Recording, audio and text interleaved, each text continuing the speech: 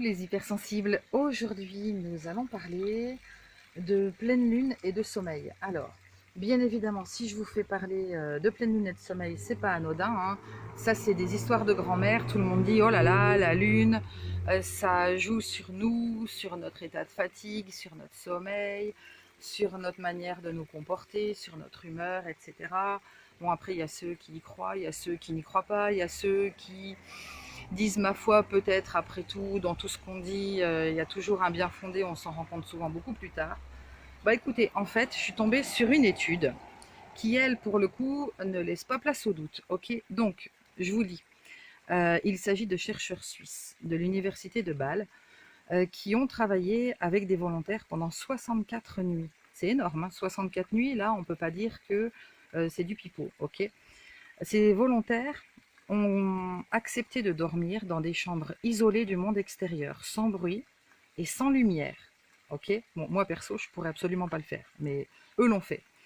Donc, on s'est rendu compte que le sommeil profond était raccourci de 30% pendant une pleine lune. C'est énorme. Que le sommeil était moins long et que la qualité était moins bonne. Alors pourquoi? Ben non, pas pour faire beau dans le décor ou parce que ben, c'est l'aînée, on l'adore, qu'elle est magique et voilà. Non. Parce qu'en fait, c'est tout simplement une question de sécrétion de mélatonine qui est beaucoup plus basse. La mélatonine, en fait, c'est l'hormone du sommeil. Et qu'on s'est rendu compte, du coup, parce que là, ben, c'était bel et bien prouvé, que notre horloge biologique, elle est entièrement calquée sur la Lune, sur le cycle lunaire. Donc en fait, les femmes, c'est pas juste des sautes d'humeur qui les empêchent de dormir, c'est juste qu'une femme, en règle générale, c'est beaucoup plus sensible. euh,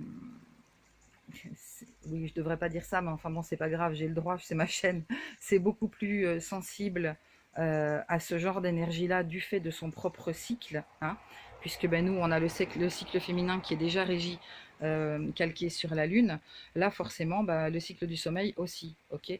Donc, on a le droit, effectivement, d'avoir quelques sautes d'humeur en pleine Lune, parce que, bah, voilà, c'est comme ça.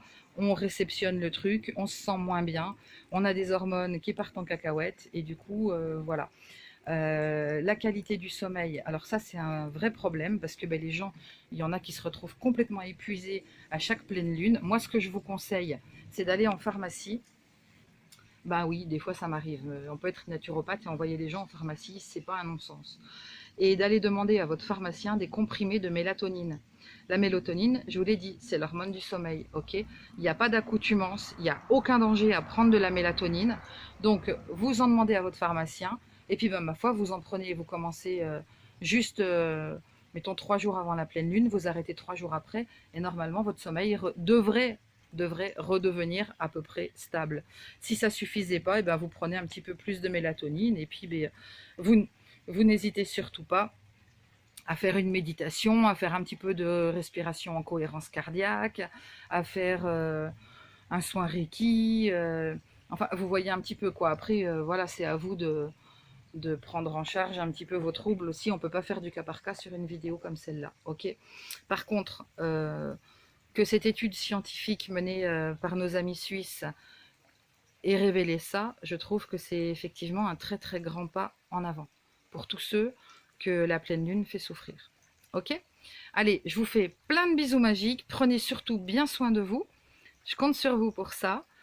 Parce que quand on est fatigué, on n'est pas en état d'être réceptif à toutes les belles petites choses, à tous les beaux petits cadeaux que l'univers nous fait.